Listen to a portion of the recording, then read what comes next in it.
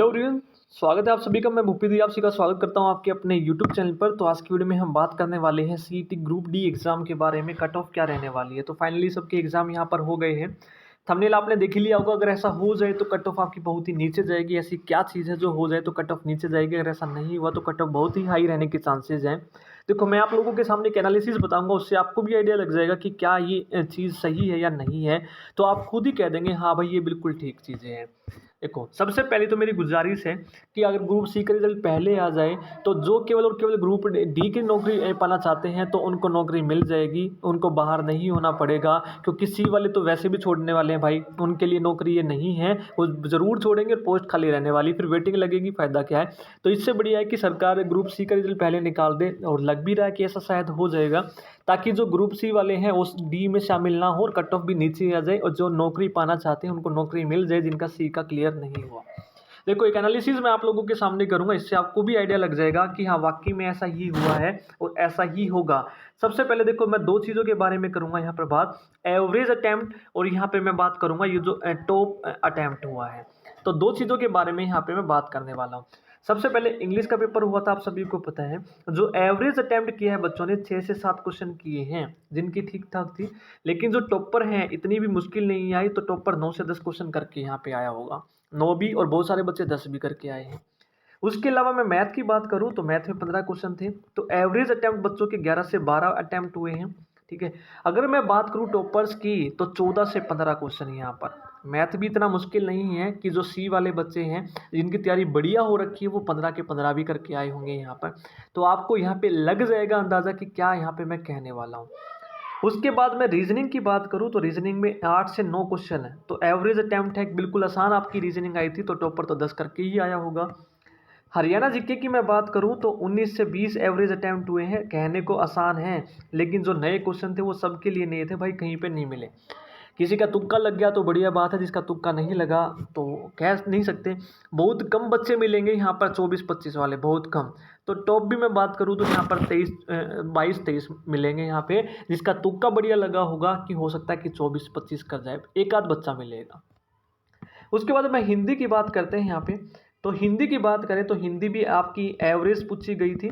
तो यानी कि कुछ शिफ्ट में, जैसे कि मैं बात करूँ ये आपकी 20 तारीख की जो शिफ्ट थी उसमें शाम वाले में इंग्लिश थोड़ी और हिंदी थोड़ी सी आप कह सकते हैं कि 1 के कंपैरिजन में बढ़िया पूछी गई थी।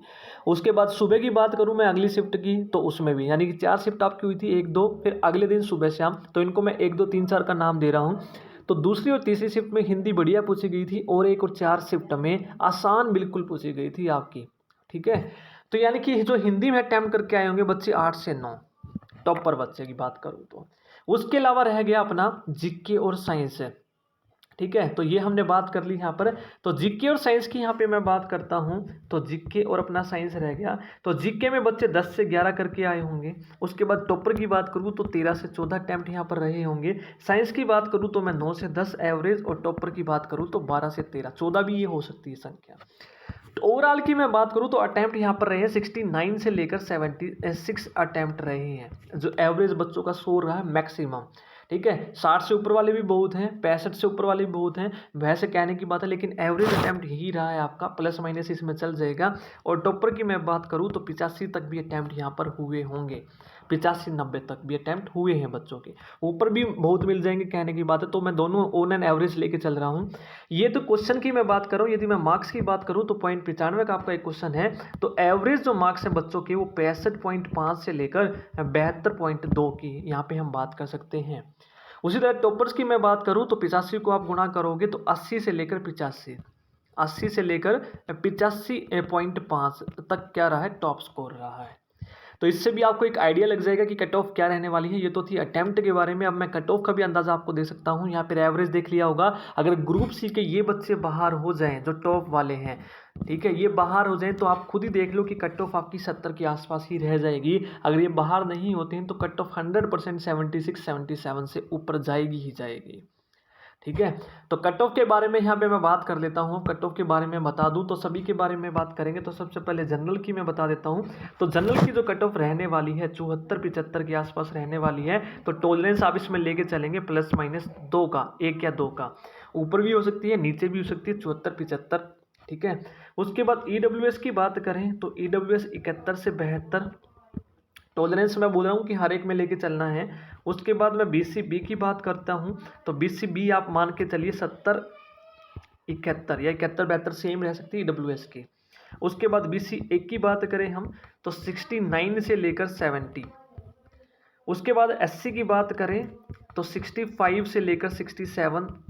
उसके बाद हम X की बात करते हैं तो 55 से लेकर 57। और इसके अलावा जो आपकी पीरियड्स की रह गई वो हम बात कर सकते हैं यहाँ पर 58 to 60।